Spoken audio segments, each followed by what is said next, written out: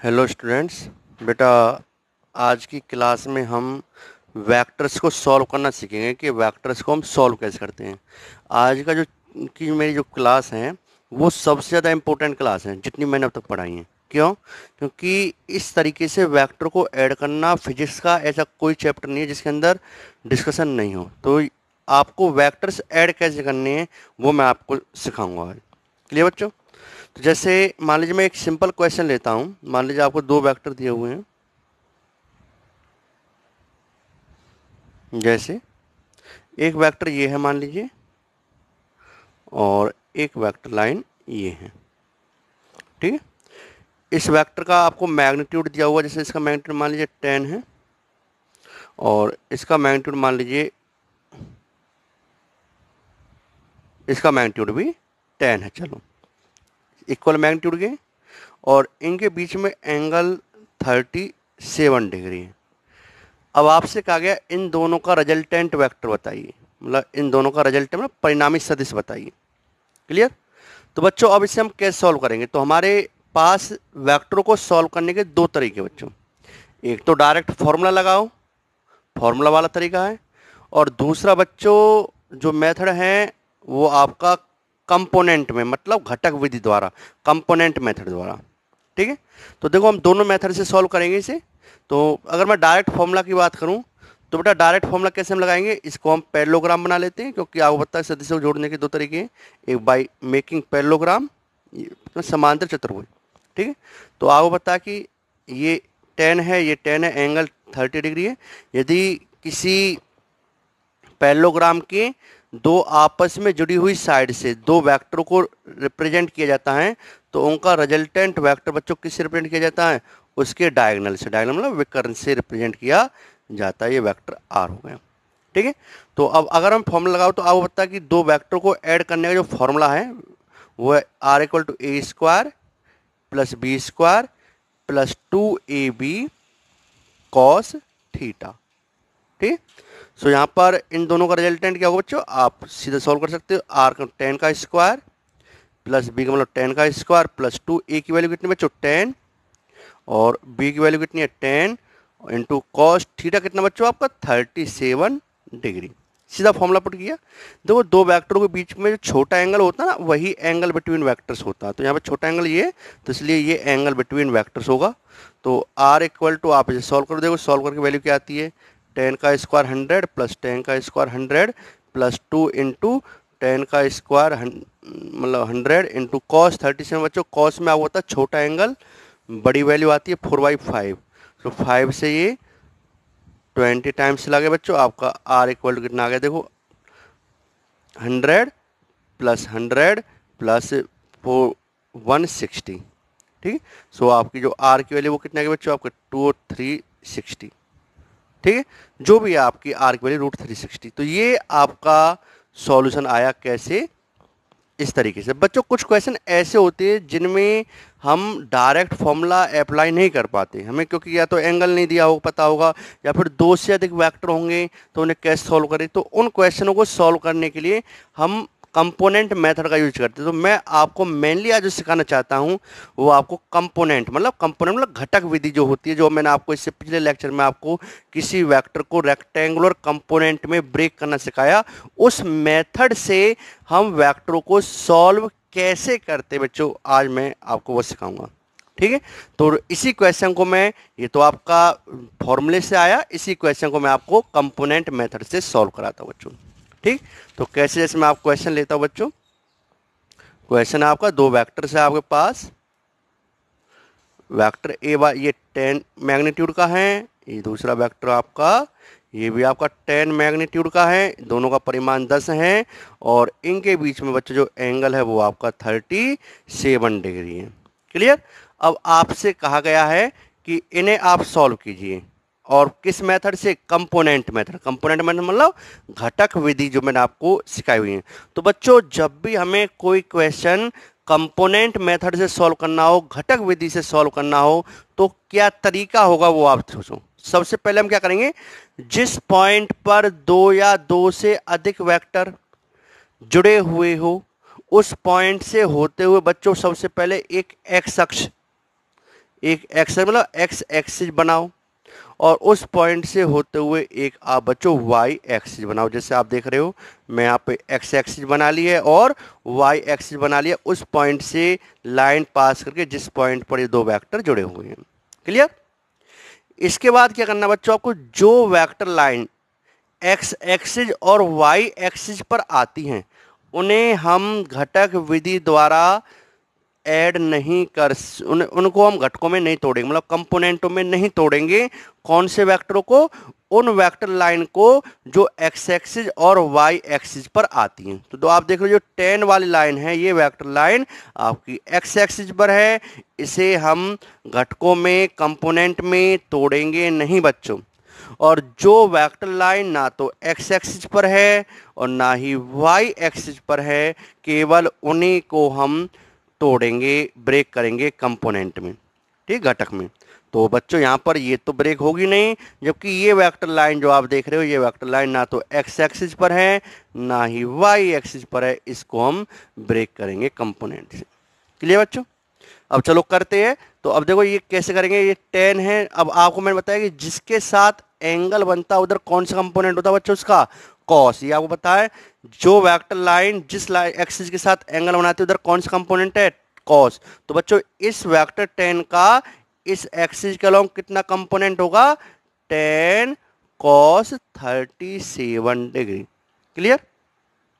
और जिस एक्सिस के साथ एंगल नहीं है उधर कौन सा कंपोनेंट होता है बच्चों, साइन। कितना होगा साइन, तो इधर क्या होगा 10 sin 37 डिग्री। क्लियर। जिस एक्सिस के साथ एंगल है उधर क्या होगा बच्चों, कॉस, और जिधर एंगल नहीं है उधर क्या होगा बच्चों, साइन। तो इधर साइन हो गया। तो इसको आपने कंपोनेंट में तोड़ दिया तो इसका खेल खत्म हो गया, इसको आप हटा दो बेशक। अब आपके सामने क्या है, आपके सामने एक इधर है और एक इधर है, क्योंकि इसको तो आपने ब्रेक कर दिया। तो बच्चों ये एक्स एक्सिस, तो अगर मैं आपसे कहूँ एक्स एक्सिस के अलोंग, तो जैसे मान लीजिए मैं इनको कुछ भी नाम देता हूँ, मैं मान लीजिए इनको फोर्स मान रहा हूँ, ये 10 न्यूटन के फोर्स हैं। तो फोर्स एक्सिस अलोंग एक्स, तो एक्स एक्सिस के अलोंग नेट फोर्स कितना बच्चों, तो कितना है देखो ये दोनों एक ही डायरेक्शन में, तो आप दोनों को ऐड कर दोगे 10 प्लस 10 cos 37 डिग्री। क्लियर। तो एक्स एक्सिस के अलोंग नेट वैल्यू कितनी आ गई, तो मैग्नीट्यूड निकालो केवल एफ एक्स, मतलब फोर्स बोल रहा हूँ मैं, ये 10 न्यूटन का ये फोर्स है, 10 न्यूटन का ये फोर्स लग रहा है, नेट फोर्स बताना है। तो बच्चों एफ एक्स कितना आ गया आपका, सॉल्व कर लेते हैं। 10 प्लस 10 cos 37 कितना होता है बच्चों, आपको पता है छोटा एंगल बड़ी वैल्यू 4/5, तो यहाँ से एफ एक्स कितना आ गया आपका, और ये 8 न्यूटन आ गया अगर आप फोर्स लेते हो 8 न्यूटन। क्लियर। क्लियर बच्चों। अगर मैं आपसे कहता हूँ कि चलो अगर मैं y एक्सिस के अलोंग बात करूँ, y एक्सिस के अलोंग, तो y एक्सिस के अलोंग नेट वैल्यू क्या होगा बच्चों, y एक्सिस के अलोंग केवल एक ही वैल्यू है, ये 10 sin 37 डिग्री, तो कितना होगा 10 sin 37 डिग्री। सो 10 sin 37 तो छोटा एंगल छोटी वैल्यू, सो आपका ये कितना हो गया 6। सो एफ वाई कितना होगा बच्चों, y एक्सिस के अलोंग नेट फोर्स कितना हो गया 6 न्यूटन। ठीक है। अब आप बच्चों इसको वेक्टर फॉर्म में ले सकते हो, नेट फोर्स कितना हो गया, तो नेट फोर्स कितना है बच्चों आपका 8 न्यूटन, तो एक्स डायरेक्शन में, एक्स डायरेक्शन को बताने के लिए कौन से वेक्टर लगते हैं, आई कैप, 8 आई कैप बच्चों, प्लस वाई डायरेक्शन में कितना 6, और वाई डायरेक्शन के लिए होता है 6 जे कैप। तो आप इस तरह ले सकते हो, नेट फोर्स क्या हुआ 8 आई कैप प्लस 6 जे कैप। अगर आपसे पूछ, अब आपको परिमाण बताना है, इसका मैग्नीट्यूड बताना है, तो मैग्नीट्यूड कैसे निकालते बच्चों, आपको मैंने बताया हुआ आई कैप के कोफिशिएंट का स्क्वायर प्लस जे कैप के कोफिशिएंट का स्क्वायर। तो बच्चों ये कितना आ गया आपका 8 और 8 64 प्लस 30, सॉरी ये थोड़ा हमने मिस्टेक हो गई, क्योंकि 4 to 8 और ये 10 18 न्यूटन होगा, है ना। तो ये 18 आई कैप आएगा बच्चों, ये 18 का स्क्वायर होगा, तो 18 का स्क्वायर आप कर सकते हो 20 का स्क्वायर 400, और 400 में से माइनस आप 4 कर दिए, कितना आएगा 20 - 2 का स्क्वायर बोल सकते हैं ना, तो 20 नहीं 20 के स्क्वायर में से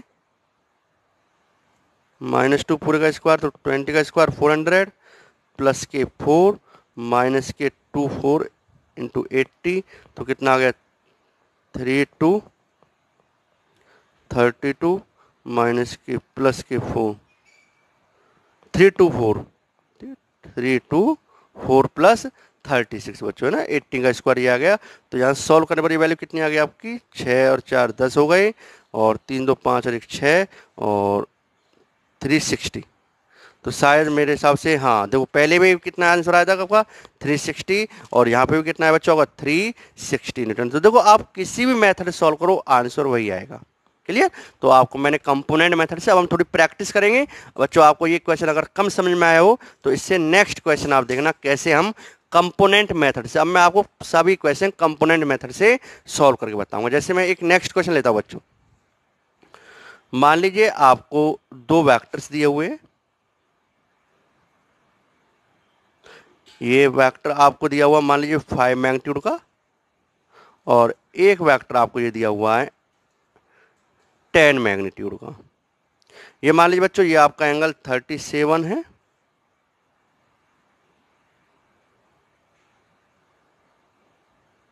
और ये एंगल भी चलो आपका 37 है बच्चों, है ना, एज्यूम कर लेते हैं ना। अब आपसे कहा जाए कि इन दोनों का रिजल्टेंट वेक्टर निकालिए।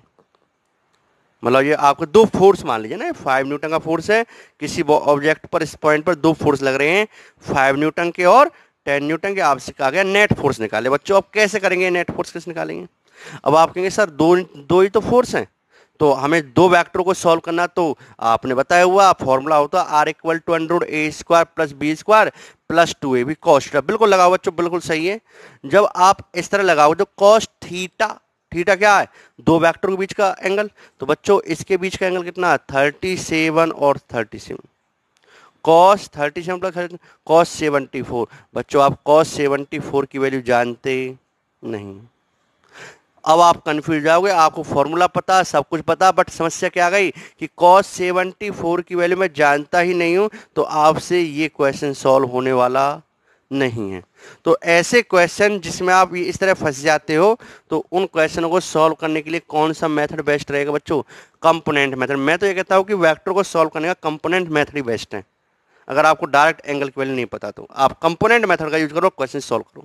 ठीक है, तो इस क्वेश्चन को मैं कंपोनेंट मेथड मतलब घटक विधि का यूज करके करूंगा। तो मैंने क्या बताया आपको बच्चों, जिस पॉइंट पर दो या दो से अधिक वेक्टर जुड़े हुए हों, उस पॉइंट से होते हुए क्या करो, एक एक्स एक्सिस ड्रॉ करो। देखो मैं एक एक्स एक्सिस बना रहा हूं, यहां से एक मैंने एक्स एक्सिस ड्रॉ की, और उस पॉइंट से होते हुए एक बच्चों में क्या करूंगा, वाई एक्सिस ड्रॉ कर रहा हूं, है ना, वाई एक्सिस मैंने यहां से ड्रॉ की। ठीक है, एक एक्स एक्सिस ड्रॉ करो और एक बच्चों आप वाई एक्सिस ड्रॉ करो। क्लियर। अब देखो जिसके साथ अब आपको क्या करना है, जो वेक्टर लाइन एक्स एक्सिस और वाई एक्सिस पर आती है उन्हें हमें कंपोनेंट में डिवाइड नहीं करना, वो होंगी ही नहीं। और जो वेक्टर लाइन ना तो एक्स एक्सिस पर है और ना ही वाई एक्सिस पर है बच्चों, उन्हें ही हमें कंपोनेंट में डिवाइड करना। तो आप देख रहे हो कि ये वेक्टर लाइन और ये वेक्टर लाइन दोनों ना तो एक्स एक्सिस पर ना वाई एक्सिस पर, तो इन्हें करते हैं हम लोग, तो करते बच्चों। तो देखो ये क्या इतना हो गया, करते इसको। तो देखो जिसके साथ एंगल बनता है उधर कौन सा कंपोनेंट होता है। देखो मैं पहले 5 न्यूटन वाली लाइन को कर रहा हूँ, ये वेक्टर लाइन इस एक्सिस के साथ एंगल बना रही है, जिधर एंगल होता है उधर कौन सा कंपोनेंट होता है, कॉस। तो इधर वैल्यू कितनी होगी 5 कॉस 37 डिग्री।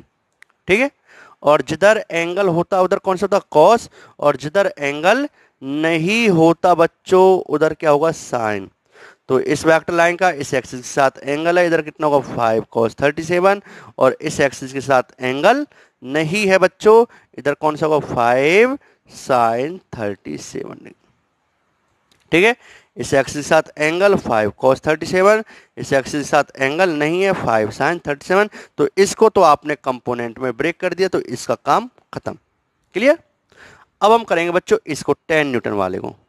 10 न्यूटन वाले करते हुए देखो ये वेक्टर लाइन जिसके साथ एंगल बनाएगी उधर कौन सा कंपोनेंट हो कॉस। तो देखो ये वेक्टर लाइन किसके साथ एंगल बना रही है, इस एक्स एक्सिस के साथ एंगल दिया हुआ आपको, तो इधर क्या होगा इसका कॉस कंपोनेंट। कितना है बच्चों 10 cos 37 डिग्री, और जिधर एंगल नहीं है बच्चों उधर क्या होगा साइन। तो कितना होगा 10 sin 37 डिग्री।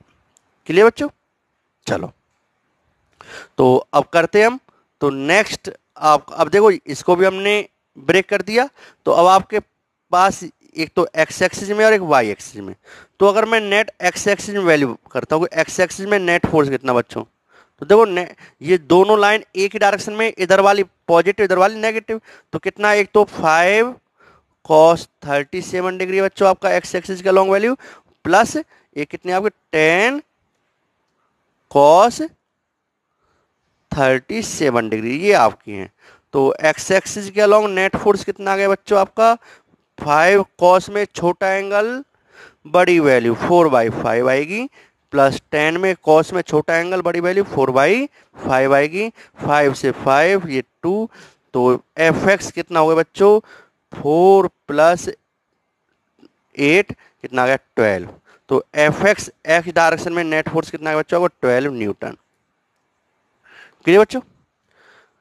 अब हम बात करते हैं वाई एक्सिस के लॉन्ग, वाई एक्सिस में नेट फोर्स कितना बच्चों, आप ध्यान से देखो बच्चों, वाई एक्सिस में ऊपर की ओर कितना 5 sin 37, तो ऊपर वाली डायरेक्शन पॉजिटिव होती है अपनी, तो पॉजिटिव लेंगे 5 sin 37 डिग्री, प्लस और बच्चों यहाँ पे क्या है, ये नीचे वाली डायरेक्शन क्या होती है, नेगेटिव होती है, तो इसको आप नेगेटिव लोगे, इस तरह का ध्यान रखना।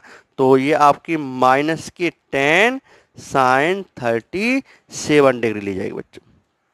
क्लियर। तो आपकी, तो यहां से y डायरेक्शन में नेट वैल्यू कितनी आ गई, 5 cos sin 30, साइन में छोटा एंगल छोटी वैल्यू 3/5, प्लस माइनस में माइनस आएगा बच्चों 10 sin 37 छोटा एंगल छोटी वैल्यू 3/5। तो 5 से 5 और 5 से ये 2 टाइम्स, तो बच्चों y डायरेक्शन में नेट फोर्स कितना आ गया आपका, 3 - 6 - 3 न्यूटन। ठीक बच्चों। अब आप तो अब इसको देखो, x में कितना 12 न्यूटन, y में कितना है -3 न्यूटन, तो आपको बता नेट फोर्स क्या होगा, नेट फोर्स होता बच्चों आपका एफ एक्स आई कैप, एक्स डायरेक्शन वाला फोर्स, प्लस एफ वाई जे कैप, अगर वेक्टर फॉर्म में लिखो तो देखो एफ एक्स कितना आपका नेट फोर्स, एफ एक्स कितना है, एफ एक्स आपका 12 न्यूटन, 12 आई कैप, प्लस एफ वाई कितना बच्चों आपका, एफ वाई आपका -3 है, तो -3 जे कैप, ये आपका नेट फोर्स है। अब इसका मैग्नीट्यूड निकालना बच्चों, तो मैग्नीट्यूड निकालना आपको मैंने बताया हुआ है, आई कैप के कोफिशिएंट का स्क्वायर 12 का स्क्वायर प्लस -3 का स्क्वायर, तो वेक्टर एफ कितना आ गया बच्चों आपका, नेट फोर्स कितना आ गया, ये आ गया आपका 144, और -3 का स्क्वायर कितना हुआ, प्लस में आएगा 9, तो ये आपका हो गया 943 और 153 न्यूटन। ठीक है, इस तरीके से बच्चों आपका ये क्वेश्चन सॉल्व होगा। यहाँ तक देखो बच्चों आप। अब बच्चों हम एक और क्वेश्चन लेते हैं, ठीक है ना, इसे आप पहले खुद ट्राई करना, फिर मेरा सॉल्यूशन देखना। तो जैसे मान लीजिए अब तक मैंने आपको 2 वेक्टर सिखाए, मान लीजिए आपको 3 वेक्टर लाइन, जैसे आपको मान लीजिए एक वेक्टर ये है,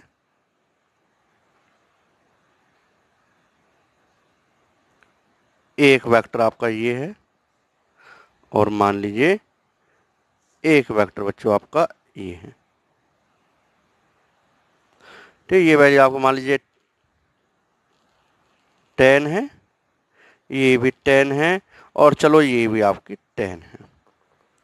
ठीक है, और ये एंगल आपका 37 है, और आपको ये वाला एंगल दिया बच्चों मान लीजिए 53 है। ठीक है, और आपसे कहा गया कि इन तीनों वेक्टर को 10 न्यूटन के 3 फोर्स लग रहे किसी ऑब्जेक्ट पर, इस तरीके से मान लीजिए, और इनका रिजल्टेंट निकालना। तो अब बच्चों आप भूलकर भी फॉर्मूला नहीं लगा सकते इस पर, क्योंकि ये फॉर्मूले से होगा ही नहीं। तो अब इस क्वेश्चन को आप कैसे सॉल्व करेंगे, तो ऐसे क्वेश्चन जिसमें 2 से अधिक वेक्टर हो, 3 हो, 4 हो, 5 हो, कितने भी हो, उन सभी को सॉल्व करने का सबसे बेस्ट मेथड क्या बच्चों, कंपोनेंट मेथड, घटक विधि का उपयोग करें। तो आप कैसे सॉल्व करेंगे, वही तरीका, सबसे पहले आप जिस पॉइंट पर वेक्टर जुड़े हुए उस पॉइंट से होते हुए आप एक एक्स एक्सिस ड्रॉ करोगे और एक वाई एक्सिस। तो बच्चों मैंने एक एक्स वाई एक्सिस ड्रॉ कर ली है, और एक आप देख रहे हो कि मैंने एक्स एक्सिस ड्रॉ कर लिया। ठीक है, जिस पॉइंट पर वेक्टर जुड़े हुए हैं उस पॉइंट से होते हुए मैंने एक एक्स एक्सिस बनाई और एक Y axis. Clear. Next step क्या होता है बच्चों, आप जानते हो कि जो वेक्टर लाइन एक्स एक्सिस और वाई एक्सिस पर आती है उन्हें हम कंपोनेंटों में नहीं तोड़ते। तो देखो आपकी ये जो 10 न्यूटन वाली फोर्स वाली लाइन है, ये एक्स एक्सिस पर आ रही हैं, तो इसको हम कंपोनेंट में ब्रेक नहीं करेंगे, जबकि ये वाली जो वेक्टर लाइन है ये आपकी ना तो एक्स एक्सिस पर है और ना ही वाई एक्सिस पर है, इसे हम कंपोनेंट में ब्रेक करेंगे बच्चों। ठीक है, तो आप इसी तरीके से ये वाली जो 10 न्यूटन वाली लाइन है, इस ये भी ना तो एक्स एक्सिस पर है और ना ही वाई एक्सिस पर है बच्चों, इसको भी हम क्या करेंगे, कंपोनेंट में ब्रेक करेंगे बच्चों। क्लियर। तो अब ये क्वेश्चन हम सॉल्व करते हैं। तो देखो बच्चों, तो इसको करते हैं पहले हम। तो आपको बता, जिसके साथ एंगल होता है उधर कौन सा कंपोनेंट होता है बच्चों, कॉस। तो इस 10 का इधर कितना कंपोनेंट हो गया, 10 कॉस 37 डिग्री बच्चों। और जिस एक्सिस के साथ एंगल नहीं होता बच्चों, उधर इसका कौन सा कंपोनेंट होता है, साइन। तो इस 10 का इधर कितना हो गया, 10 साइन 37 डिग्री। इसको आपने ब्रेक कर दिया, इसलिए इसको काट दो, क्योंकि इससे आपको याद रहेगा कि मैंने इसको तोड़ लिया है। ठीक है, अब इसका कोई काम नहीं वाला नहीं है हमारे। अब इस तरीके से 10 न्यूटन करेंगे बच्चे हम। तो जिसके साथ एंगल बनता उस एक्सिस के अलोंग कौन सा कंपोनेंट था, कॉस। तो इस 10 का इस एक्सिस के साथ एंगल बन रहा है, इधर कौन सा कंपोनेंट होगा इसका, कॉस। तो इधर कितनी वैल्यू आएगी बच्चों, 10 कॉस 53 डिग्री। क्लियर। और जिस एक्सिस के साथ एंगल नहीं है बच्चों, देखो इस एक्सिस के साथ इसका कोई एंगल नहीं है, ठीक है, इधर कौन सी वैल्यू होगी आपकी, साइन। तो इधर कितनी होगी, 10 साइन 53 डिग्री। ठीक। तो आपने इसको भी ब्रेक कर लिया है, इसको भी आप तोड़ दो। तो अब अगर आप देखो तो चलो मैं अलग से बना देता हूँ, वैसे कोई जरूरत भी नहीं है। तो आप देखोगे कि आपके पास एक्स एक्सिस के अलोंग नेट वैल्यू कितनी बच्चों, एक्स एक्सिस के अलोंग। तो देखो एक्स एक्सिस में कितना है, तो 10 न्यूटन है, और एक एक्स एक्सिस के अलोंग कितना, 10 कॉस 37 है। ठीक है, और एक एक्स एक्सिस के अलोंग इधर कितना, 10 कॉस 53 डिग्री है। वाई एक्सिस के अलोंग बच्चों आपकी नेट वैल्यू कितनी है, एक आपकी 10 साइन 53 डिग्री है, और एक आपकी 10 साइन 37 डिग्री है। ठीक है, तो अब आप बस एफ एक्स निकालो। एक्स डायरेक्शन में नेट फोर्स कितना होगा, देखो बच्चों, तो एक्स डायरेक्शन में नेट फोर्स कितना, देखो इधर ये 10 न्यूटन है, प्लस ये 10, क्योंकि ये पॉजिटिव 10 कॉस 37 डिग्री है, प्लस बच्चों ये वाली जो वैल्यू है कैसी है आपकी, नेगेटिव में, तो माइनस के 10 कॉस 53 डिग्री। ठीक है, इधर वाली डायरेक्शन पॉजिटिव लेनी है, इधर वाली नेगेटिव। तो एफ एक्स की वैल्यू कितनी आ गई बच्चों, एक्स डायरेक्शन नेट वैल्यू कितनी आ गई, 10 प्लस 10 कॉस 37 कितना होगा, 10 कॉस में छोटा एंगल बड़ी वैल्यू बच्चों 4/5, माइनस 10 कॉस में बड़ा एंगल छोटी वैल्यू 3/5। तो एक्स डायरेक्शन में जो नेट फोर्स है वो कितना बच्चों, 10 प्लस 5 से 2 टाइम्स 8, और ये 5 से 2 टाइम्स -6। तो एक्स डायरेक्शन में नेट फोर्स कितना आ गया, 18, 18 में 6 गई तो 12 न्यूटन। तो एक्स डायरेक्शन में नेट फोर्स कितना बच्चों आपको, 12 न्यूटन। क्लियर। अगर मैं वाई डायरेक्शन की बात करता हूं बच्चों, वाई डायरेक्शन में नेट फोर्स कितना होगा, एफ वाई, वाई डायरेक्शन में नेट फोर्स कितना है, वाई में देखो आपकी केवल दो ही है, 10 साइन 37, दोनों पॉजिटिव वाई एक्सिस के लूंगा, 10 sine 37 degree plus 10 sine 53 degree, 10 sine 53 degree. Clear बच्चों। तो एफ वाई, तो वाई डायरेक्शन में नेट वैल्यू कितनी आ गई, 10 साइन 37 कितना होता है बच्चों, छोटा एंगल छोटी वैल्यू 3/5, प्लस साइन 53 बड़ा एंगल बड़ी वैल्यू आती है साइन में। सो वाई डायरेक्शन में नेट फोर्स कितना आ गया, 5 से 2 टाइम्स हो गया बच्चों, 5 से 2 टाइम्स हो गया 6 प्लस 8। तो वाई डायरेक्शन में नेट वैल्यू कितनी हो गई आपकी, 14 न्यूटन। क्लियर। तो अब इसको हम वेक्टर फॉर्म लिख देते हैं। तो वेक्टर एफ कितना होगा, एफ एक्स कितना है, 12, क्योंकि 12 आई कैप प्लस एफ वाई कितना 14 जे कैप। क्लियर बच्चों। अगर इसके मैग्नीट्यूड की बात करें तो इसका मैग्नीट्यूड कितना होगा, √12 का स्क्वायर बच्चों प्लस 14 का स्क्वायर। तो नेट मैग्नीट्यूड कितना आ गया बच्चों आपका, 12 का स्क्वायर कितना होता है 144, और 14 का स्क्वायर शायद 156 होता होगा, शायद नहीं 196 होता है ना। ठीक है, जो भी आप देख लेना, मुझे पता नहीं, मैं कम। ठीक है, तो सॉल्व करने पर ये आपका आंसर आ जाएगा। ठीक है। तो इस तरीके से बच्चों आप कंपोनेंट मेथड का यूज करके इनके क्वेश्चंस सॉल्व करेंगे। तो आपको मैंने तरीका बता दिया है। अब मैं आपको प्रैक्टिस के लिए कुछ क्वेश्चन दे रहा हूँ, इन्हें आप सॉल्व करना और मेरे पास भेजना कि आपने क्वेश्चन किया है नहीं। कि मैं देख रहा हूँ केवल कुछ ही बच्चे मेरे पास सॉल्यूशन भेजते हैं, बाकी कोई नहीं भेजता। एक दो बच्चों को छोड़ के कोई नहीं भेजता है। चलो ठीक है, आपकी चल रही है और हमें तो अपना फॉर्मेलिटी करनी है आपको पढ़ाने की, जब तक ऑनलाइन है। ऑफलाइन में तो हम देख लेंगे कौन करता कौन नहीं करता। चलो तो हम लेते हैं, मान लीजिए आपको एक फोर्स लाइन ये दिया हुआ आपको 10 न्यूटन, एक आपको बच्चों मान लीजिए ये दिया हुआ है 10√2 newton at an angle of 45 degree, और एक आपको बच्चों मान लीजिए ये वाला दिया हुआ है 5 newton at an angle of 37 degree. ठीक है, ये क्वेश्चन आपको सॉल्व करना है। पहला क्वेश्चन है जो आपको सॉल्व करना है, ये क्वेश्चन नंबर 1 है। ये आपका होमवर्क है बच्चों, इसे सॉल्व करना। दूसरा क्वेश्चन मैं आपको देता हूँ। मान लीजिए पॉइंट है इस पर ये 30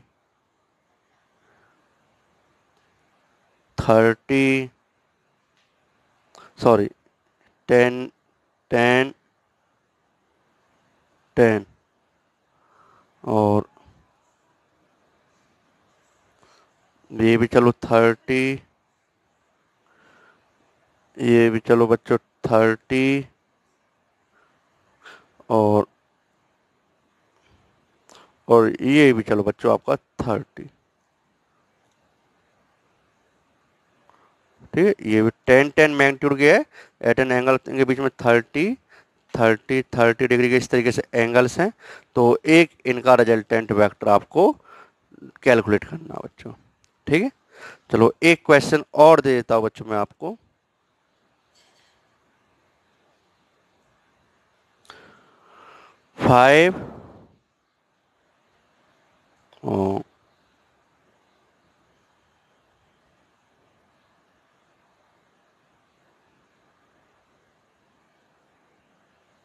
5 60 डिग्री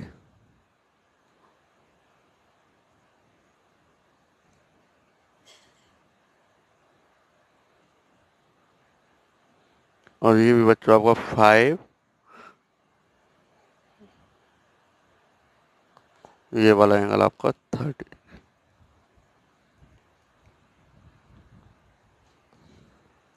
ठीक, इस एक्सिस के साथ ये 30 डिग्री है।